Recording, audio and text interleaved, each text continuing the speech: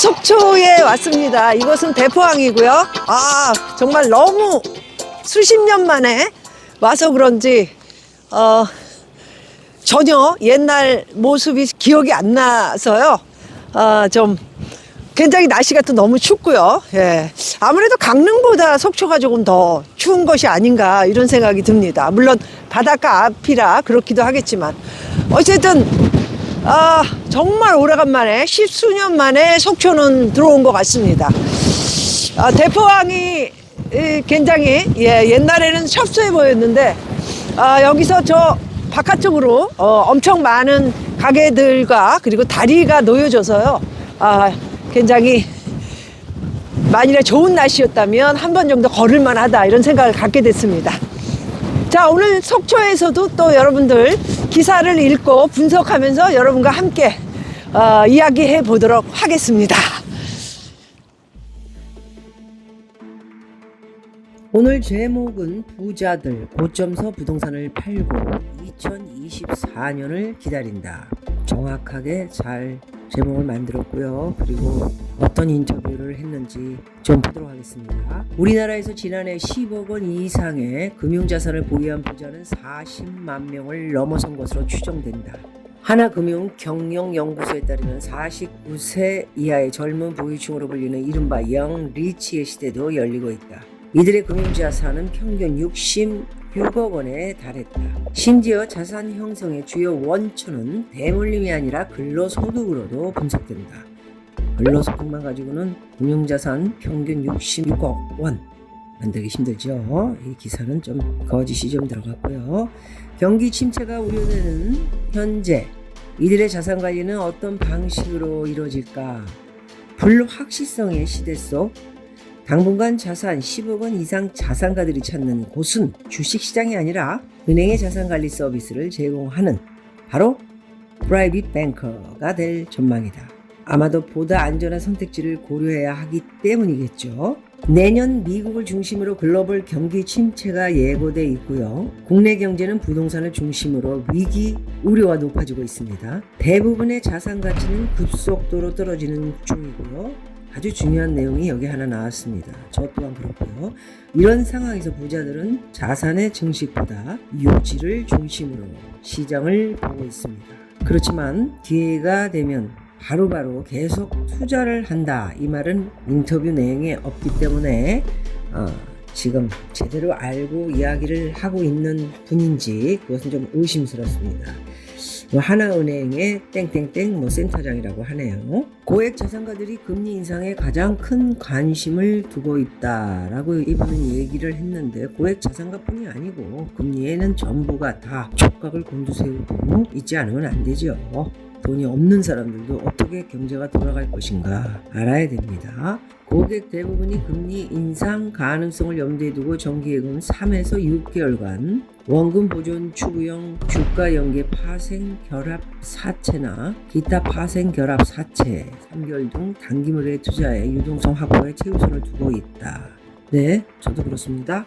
국내 시중은행의 정기예금 상품 금리가 연 4에서 5%에 대해서는 최근에 현금 안전성을 유지하면서 높은 금리를 확정한 것에 자금을 보관한다라는 이야기입니다. 자, 이분은 연방준비제도와 한국은행이 2023년 초까지 금리를 계속 인상하겠지만 연말로 갈수록 높은 금리로 인한 경기 침체가 촉발될 가능성이 커지면서 이후에는 금리 인하가 시작될 수 있기 때문이다. 이 때문이다는 그래서 부자들이 선호하는 정기예금 1년 만기 상품이나 신종 자본증권 ELP, DLP 복잡하시죠? 3에서 5년 만기의 우량 채권 또는 5년 확정 저축성 보험 등 중장기 상품 포트폴리오 편입을 권유하는 중이다. 자기들은 이런 것을 권유한다고 하네요.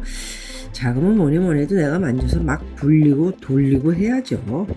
물론 안전하게 집어넣어서 높은 이자를 줄 때 은행을 믿고 오랫동안 편안하게 수백만 원씩 받을 수 있으면 또 그것도 좋기는 하지만 2023년 시장이 경기 침체를 맞을 가능성이 높다고 이분도 뭐 이렇게 얘기를 했네요. 자산시장의 거품이 꺼지고 있는 상황으로 대부분의 산업에서 리스크가 증가하고 있다. 금융 측면에서 보면 주택가격 하락에 따른 부동산 프로젝트 파이낸싱 PF죠. 부실이 증권사와 제2금융권에 전이돼 금융 불안이 증폭될 가능성을 고려해야 한다. 여러 번 박미TV에 박미가 말씀드렸던 것처럼 제2금융권, 제3의 금융권들의 돈들, 부실, 증권회사 이런 것들이 이제 망하게 되면 우리가 이제 어떤 고통으로 다가올지에 대한 것을 염두에 둬야 된다 이런 말입니다. 부동산 호황기에 현금 확보한 부자들 정책 변화를 지켜보고 있다 이런 또 내용이 있는데요. 자, 부자들은 2021년 부동산 호황기 때요. 집을 거의 팔아 현금을 확보했다.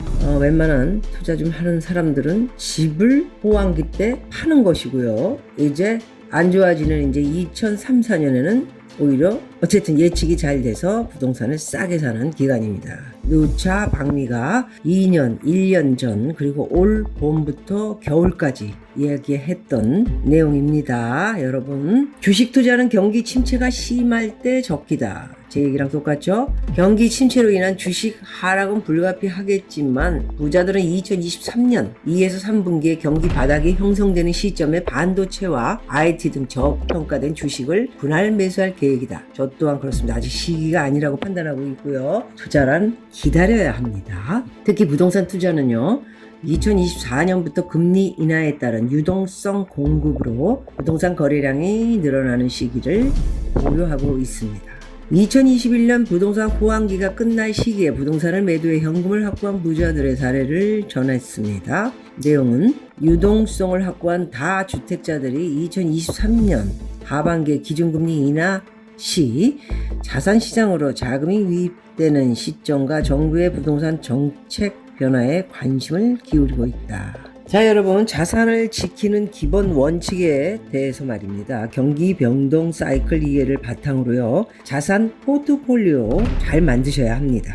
크게 예금을 의미하죠. 채권이나 주식이나 부동산, 외환으로 나누는 자산의 비중을 시장 상황에 따라 재조정해야 합니다. 박미도 지금 현재 그렇게 하고 있습니다. 지금은 저평가된 자산군에 투자할 수 있는 유동성 확보가 가장 필요한 시기입니다. 여러분, 현찰이 많으면 많을수록 2023년 드디어 기회가 왔습니다.